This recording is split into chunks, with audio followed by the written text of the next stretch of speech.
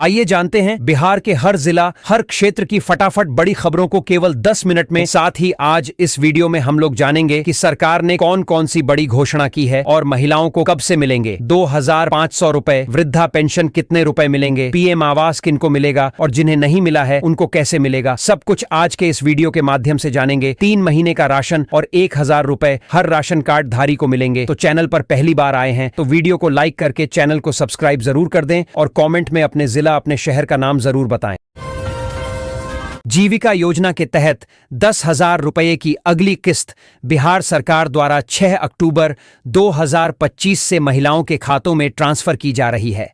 इस योजना के अंतर्गत अक्टूबर से दिसंबर 2025 तक अलग अलग तारीखों में 14 बार पेमेंट दी जाएगी ताकि सभी लाभार्थी महिलाओं को समय पर सहायता मिल सके। जिन महिलाओं का खाता सत्यापित और सक्रिय है उन्हें यह राशि सीधे डीबीटी, डायरेक्ट बेनिफिट ट्रांसफर के माध्यम से मिलेगी। प्रधानमंत्री उज्ज्वला योजना के तहत लाभार्थियों को 2025 से 26 में 2 मुफ्त एलपीजी सिलेंडर मिलेंगे। पहला सिलेंडर अक्टूबर से दिसंबर 2025 और दूसरा जनवरी से मार्च 2026 में मिलेगा। आधार लिंक खाते वाले ही पात्र होंगे और सब्सिडी सीधे खाते में आएगी। यह योजना डीबीसी कनेक्शन पर लागू नहीं है। हाल ही में पेट्रोल और डीजल की कीमतों में 5 रुपये 50 पैसे प्रति लीटर की कटौती की घोषणा की गई है, जिससे आम जनता को बड़ी राहत मिली है। यह राहत खासकर उन लोगों के लिए महत्वपूर्ण है जो हर रोज पेट्रोल डीजल का इस्तेमाल करते हैं। दिवाली से पहले पीएम मोदी ने दी धन धान्य कृषि योजना की सौगात। प्रधानमंत्री मोदी ने 24,000 करोड़ रुपए की पीएम धन धान्य कृषि योजना की शुरुआत की।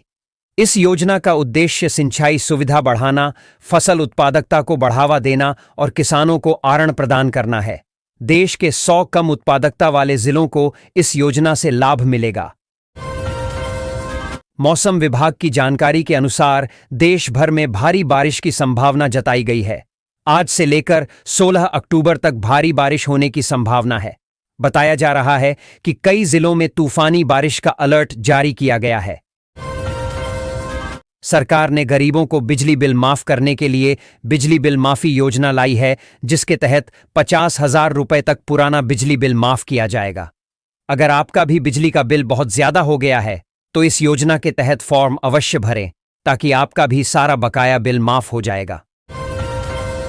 भारत के जितने भी लोग राशन कार्ड से लाभ ले रहे हैं उन सभी लोगों के लिए एक बड़ी खुशखबरी अक्टूबर महीने में दी गई है। इसमें बताया जा रहा है कि गेहूं चावल के साथ अब आपसे भी कुछ तेल, चीनी और प्रतिमन 1000 रुपए दिया जाएगा। अगर आपके पास भी किसी तरह के राशन कार्ड हैं तो आप सभी को में मिलेगा। लव देखें यहां से पूरी अपडेट। बिहार में विधानसभा चुनाव के लिए 2 चरणों में वोट डाले जाएंगे। इससे पहले चुनाव आयोग ने स्पष्ट कर दिया है जिन मतदाताओं के नाम मतदाता सूची में दर्ज हैं लेकिन उनके पास मतदाता फोटो पहचान पत्र ईपीआईसी नहीं है तो भी वे वोट डाल सकते हैं। बिहार सरकार द्वारा 125 यूनिट फ्री बिजली मिलने के बावजूद मुजफ्फरपुर जिले में बिजली चोरी का मामला सामने आ रहा है।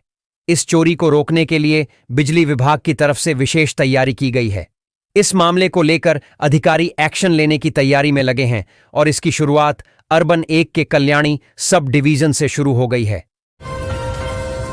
बिहार की राजधानी पटना में मेट्रो का परिचालन शुरू हो गया है। 4 दिन पहले सीएम ने इसका शुभारंभ किया। उसके बाद पटना वासियों को पहले फेज में कुछ स्टेशनों पर मेट्रो की सेवा मिलने लगी, लेकिन सवाल उठता है कि अपने शहर की संपत्ति को सुरक्षित और साफ सुथरा रखने में उस शहर के लोगों की बड़ी भूमिका होती है। कौन बनेगा बिहार सीएम? बिहार विधानसभा चुनाव में पसंदीदा सीएम कैंडिडेट को लेकर सी वोटर के ओपिनियन पोल सर्वे के अक्टूबर महीने के नतीजे जारी हो गए हैं। इसमें तेजस्वी यादव और प्रशांत किशोर की रेटिंग में उछाल आया है तो नीतीश कुमार का ग्राफ गिरा है। भभुआ जिले में दूसरे चरण के मतदान के लिए नामांकन 13 अक्टूबर से शुरू होगा। भभुआ और चैनपुर के प्रत्याशी भभुआ अनुमंडल कार्यालय में, जबकि मोहनिया और रामगढ़ के प्रत्याशी मोहनिया अनुमंडल कार्यालय में नामांकन करेंगे। नामांकन के दौरान सुरक्षा के कड़े इंतजाम किए गए हैं और कुछ नियम लागू किए गए हैं। मतगणना 14 नवंबर को होगी। बिहार विधानसभा चुनाव में एनडीए के भीतर सीट बंटवारे को लेकर खींचतान जारी है। लोक जनशक्ति पार्टी रामविलास ने गठबंधन में 26 सीटों की मांग रखी है, जिनमें भाजपा और जदयू की मौजूदा सीटें भी शामिल हैं।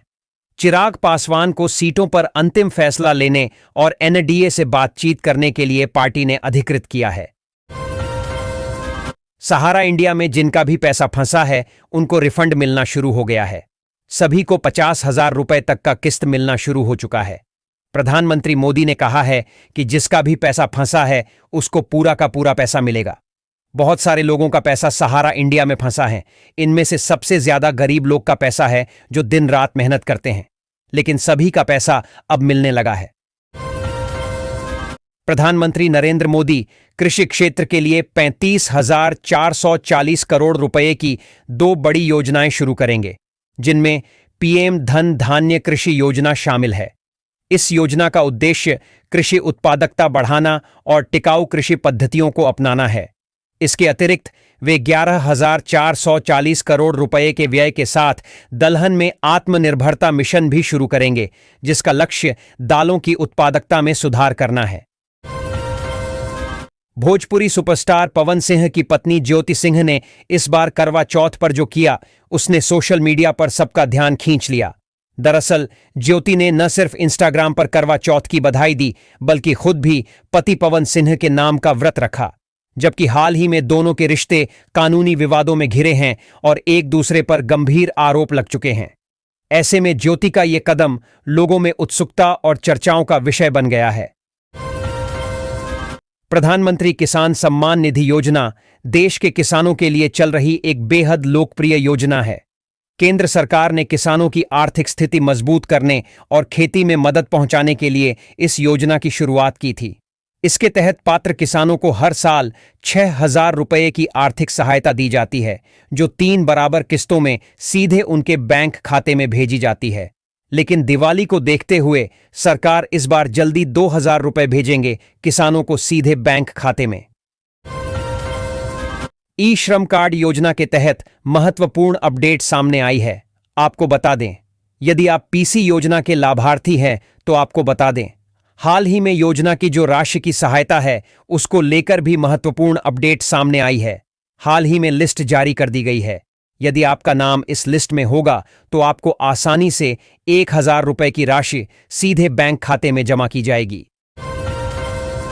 विभूतिपुर से लोजपा रामविलास के संभावित उम्मीदवार राजीव रंजन कुमार को वित्तीय धोखाधड़ी के मामले में पश्चिम बंगाल पुलिस ने गिरफ्तार किया।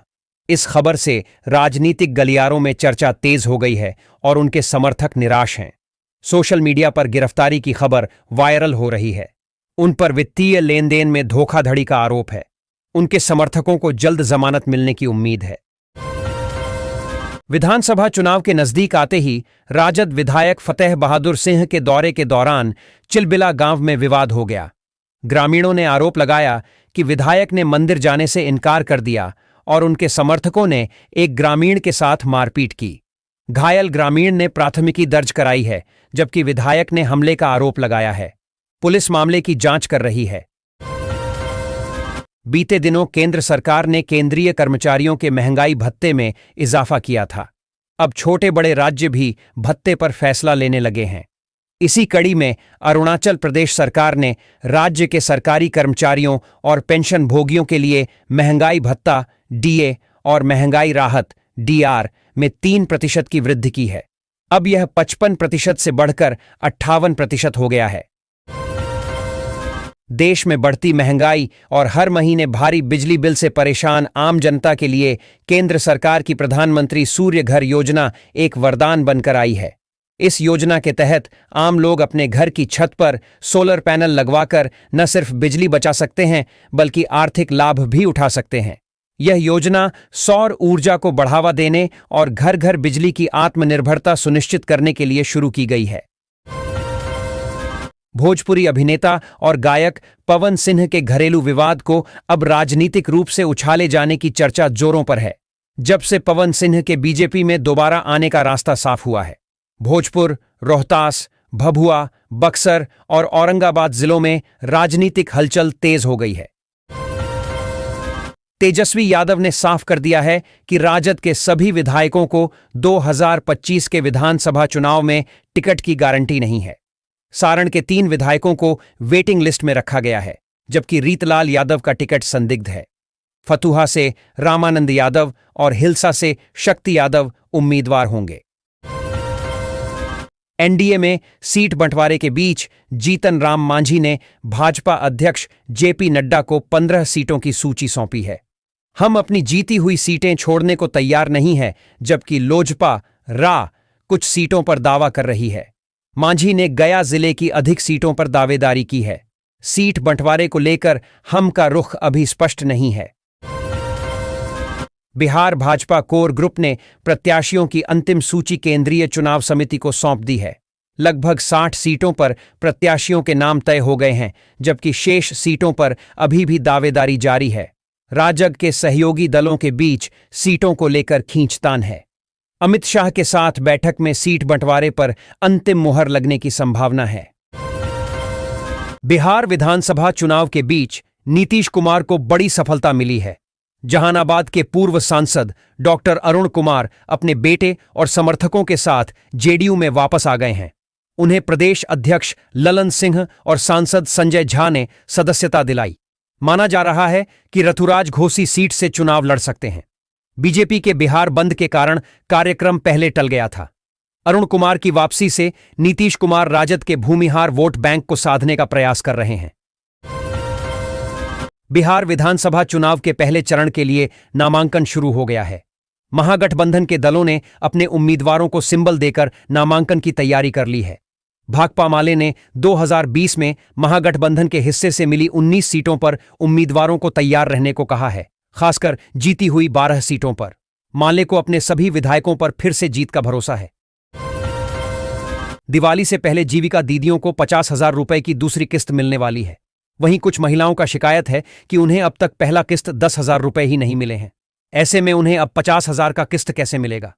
यह समस्या केवल उन्हीं महिलाओं को हुआ है जिनके खाते में ई-केवाईसी नहीं किया हुआ है।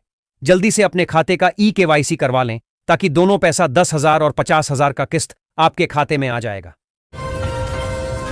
बिहार में एआईएमआईएम ने आगामी विधानसभा चुनावों में लगभग 100 सीटों पर चुनाव लड़ने का ऐलान किया है। पार्टी का लक्ष्य बिहार में एक तीसरा विकल्प बनना है। प्रदेश अध्यक्ष अख्तरुल ईमान ने कहा कि उन्होंने राजद से गठबंधन की इच्छा जताई थी, लेकिन कोई जवाब नहीं आया। अब पार्टी अन्य दलों से बातचीत कर रही है। पिछले चुनाव में एआईएमआईएम ने 5 सीटें जीती थीं। एनडीए में सीट शेयरिंग को लेकर तकरार तेज है। जदयू ने बीजेपी से कहा कि चिराग से आप खुद डील करें। महनार, मटिहानी, चकाई और गोविंदगंज जैसी सीटों पर विवाद गहराया है। बिहार विधानसभा चुनाव के मद्देनजर महागठबंधन में अभी भी सीट शेयरिंग को लेकर माथापच्ची जारी है और फाइनल फॉर्मूला तय नहीं हो पाया है। इस बीच विकासशील इंसान पार्टी वीआईपी के प्रमुख मुकेश सहनी का एक सोशल मीडिया पोस्ट सियासी गलियारों में चर्चा का विषय बना हुआ है। उन्होंने लिखा है कि 14 नवंबर को हम बिहार में ऐसी सरकार बनाएंगे जहां हर वर्ग को उसका हक और सम्मान मिलेगा। बिहार में विधानसभा चुनाव के मद्देनजर सियासी घमाघमी तेज है। इस बीच टिकट को लेकर नेता प्रतिपक्ष तेजस्वी यादव के गाड़ी को घेरने की कोशिश की गई है। पूर्व सीएम राबड़ी देवी के आवास के बाहर शनिवार 11 अक्टूबर को जमकर हंगामा हुआ। जब नेता प्रतिपक्ष तेजस्वी यादव निकल करके अपने सरकारी आवास जा रहे थे, इसी दौरान उनके गाड़ी को राष्ट्रीय जनता दल आरजेडी के कई कार्यकर्ताओं ने घेरने की कोशिश की। उद्धव ठाकरे गुट की नेता प्रियंका चतुर्वेदी ने बिहार में एनडीए को लेकर बड़ा दावा किया है। उन्होंने कहा कि बिहार में विधानसभा चुनाव से ठीक पहले एनडीए में आपसी मतभेद बने हुए हैं और आपस में तालमेल नहीं हो पा रहा है। उन्होंने आरोप लगाते हुए कहा कि बीजेपी के ये हमेशा से रणनीति रही है कि वो जिन पार्टियों के साथ गठबंधन करती है, बाद में उसे ही खत्म करने का भी काम करती है। उन्होंने नीतीश कुमार, चिराग पासवान और जीतन राम मांझी का भी जिक्र किया। प्रधानमंत्री नरेंद्र मोदी के द्वारा शौचालय योजना को आरंभ किया गया है। आपको जानकारी के लिए बता दें कि इस योजना के तहत गरीब परिवारों को सरकार की तरफ से शौचालय बनवाने के लिए 12,000 रुपए दिए जाते हैं। जिनको अभी नया घर मिल रहा है, उन्हें साथ में शौचालय का भी पैसा मिल रहा है। लेकिन जो लोग छूट चुके हैं, जिनको बहुत पहले आवास मिला है, वे लोग इस योजना का लाभ ले सकते हैं। बिहार में विधानसभा चुनाव के मद्देनजर सियासी पारा चढ़ा हुआ है।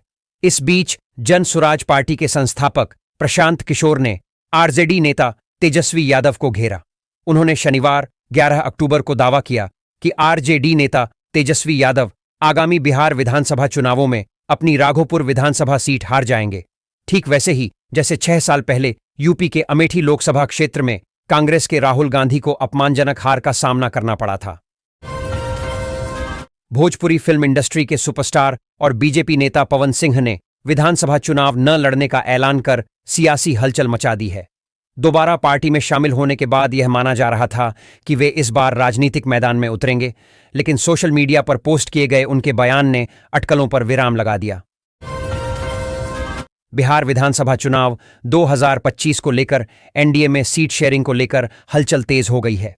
एक ओर जहां गठबंधन के सभी घटक दल अपनी अपनी कोर कमेटी की बैठकें कर रहे हैं, वहीं Rashtriya Lok Samta Party RLSP supremo Upendra Kushwaha ने साफ कर दिया है कि उनकी पार्टी अभी सीटों के बंटवारे पर सहमत नहीं हुई है।